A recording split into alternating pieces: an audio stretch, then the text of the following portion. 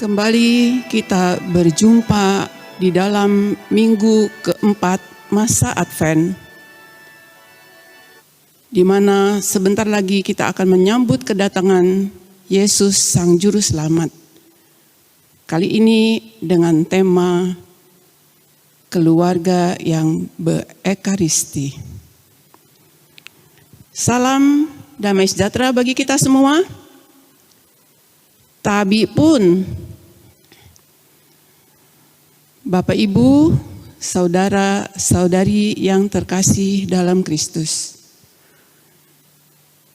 Dalam waktu yang tidak lama lagi, kita akan merayakan kedatangan Yesus, Sang Juru Selamat umat manusia dan pembawa damai. Kita telah menjalani 4 pekan di dalam masa Advent ini. Kita mempersiapkan diri untuk sungguh-sungguh merasakan kedatangan Yesus yang penuh kasih dan menghidupi kita semua. Ada beberapa permenungan. Yang pertama, apakah kita sungguh menaruh harapan yang penuh kepada Yesus Sang Terang Sejati yang akan membawa kelahiran baru bagi hidup kita, dan juga dengan penuh syukur di dalam situasi saat ini begitu banyak orang yang mengalami kekhawatiran dan kecemasan akibat dilanda oleh pandemi COVID-19. Yang kedua, apakah kita mau bersatu dengan Allah melalui Ekaristi secara utuh, di mana keluarga-keluarga mau saling mengampuni dan mengasihi supaya hidup bahagia. Yang ketiga, apakah kita sudah berusaha memperbaiki relasi hubungan pribadi kita dengan Allah melalui sesama di dalam pertobatan yang sejati. Setiap hari, mungkin minimal 1 kali kita berdoa, doa Bapa kami yang diajarkan oleh Yesus sendiri. Dan di dalamnya ada kata-kata, dan ampunilah kami seperti kami pun mengampuni yang bersalah kepada kami. Doa ini kita lakukan sekali atau berkali-kali. Apakah sungguh dalam tindakan nyata atau cuma sekedar ucapan doa belaka? Yang keempat, apa perwujudan dalam kehidupan sehari-hari sebagai tindakan nyata seperti Yesus, bersahabat dengan semua orang, mengasihi, memeluk kemanusiaan kita, dan tidak membeda-bedakan orang. Di dalam Galatia 2 ayat 19 sampai dengan 21 dikatakan, sebab aku telah mati oleh hukum Taurat untuk hukum Taurat, supaya aku hidup di dalam Kristus. Aku telah disalibkan dengan Kristus, namun aku hidup, dan bukan lagi aku sendiri yang hidup, melainkan Kristus yang hidup di dalam aku. Hidup yang kuhidupi sekarang di dalam daging adalah hidup oleh iman di dalam Anak Allah yang telah mengasihi aku dan telah menyerahkan dirinya untuk aku. Aku tidak menolak kasih karunia Allah. Sebab sekiranya ada kebenaran di dalam hukum Taurat, maka sia-sialah kematian Kristus. Bapak Ibu, kita di dalam kehidupan nyata ini melihat Kristus yang hadir. Ada seorang gadis, ia dilahirkan di dalam keluarga di mana ayahnya adalah seorang pengusaha dan politikus di Albania. Sejak muda, ia sudah berkomitmen untuk hidup secara religius. Dia belajar beberapa bahasa.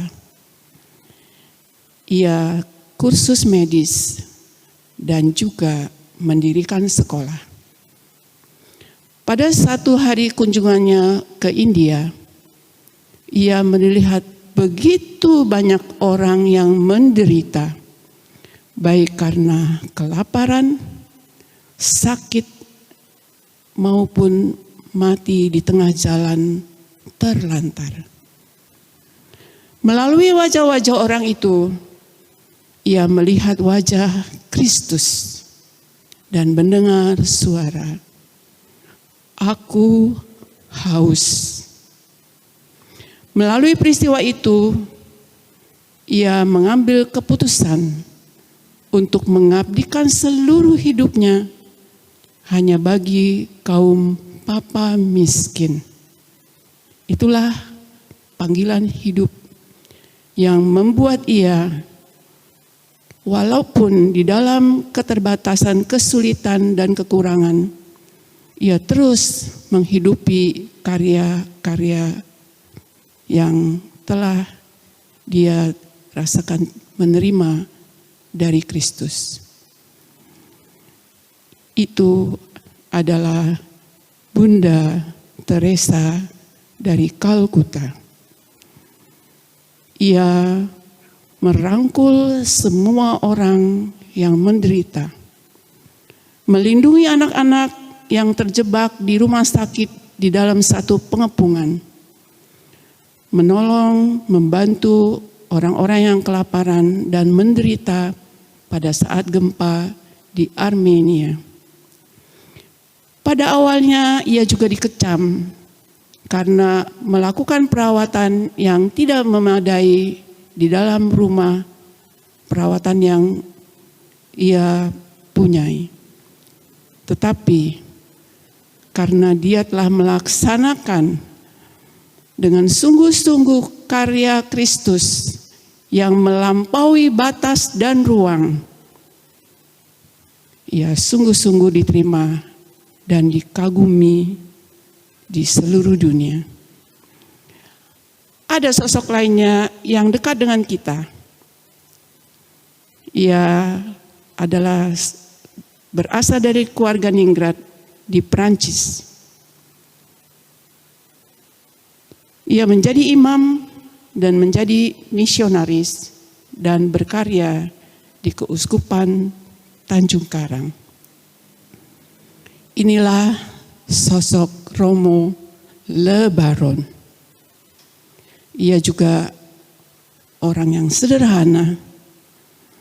Ia menolong siapa saja tanpa peduli apakah orang itu meminta bantuan karena untuk menipu, atau juga ia sungguh-sungguh membantu orang yang membutuhkan pertolongan dirinya.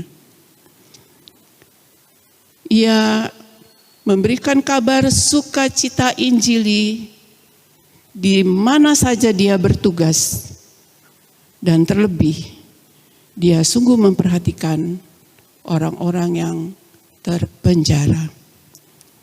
Dia memberikan penghiburan, kekuatan, dan juga bantuan yang dibutuhkan apabila mereka sudah bebas. Romo Le Baron sangat mencintai Ekaristi. Walaupun ia sudah sakit, ia tetap ingin ikut mempersembahkan perayaan Ekaristi, sehingga beberapa kali mengalami terjatuh di altar. Dan ada juga sosok lain, pasti Bapak Ibu juga mengenal, Romo Mangun. Ia juga orang yang sederhana, menolong, memperhatikan orang-orang yang miskin dan papa di bantaran sungai. Ia juga sosok yang membuat kita bisa melihat Kristus hadir. Kadang di dalam keseharian kita, keluarga-keluarga sering mengatakan, ya nggak mungkin kalau kami melakukan seperti beliau-beliau. Itu kan kaum religius yang tidak mempunyai keluarga seperti kami. Kami perlu menghidupi, memikirkan anak-anak, dan banyak hal yang harus dilakukan. Sehingga berpikir, apakah saya bisa melakukan seperti mereka? Tuhan tidak meminta banyak. Tuhan ingin kita hanya menjadi roti yang terpecah baginya, anggur yang tercurah baginya, dan menjadi saksi Kristus untuk membagi kasih. Maukah kau jadi roti yang terpecah bagiku? Maukah kau jadi anggur yang tercurah bagiku? Maukah kau jadi saksi memberitakan Injilku, melayani, mengasihi lebih sungguh. Bapak Ibu, maukah kita menjadi roti yang terpecah? Tuhan telah memberikan kepada kita karunia dan talenta. Apakah kita mau mengembangkannya? Di dalam kehidupan sehari-hari, kita bisa melakukan hal-hal yang kecil dan sederhana. Tidak perlu mewah. Tetapi kita lakukan dengan hati yang sederhana dan tulus. Komuni Kudus atau Ekaristi yang kita lihat setiap hari, kita melihat sepotong roti kecil bundar yang juga sederhana,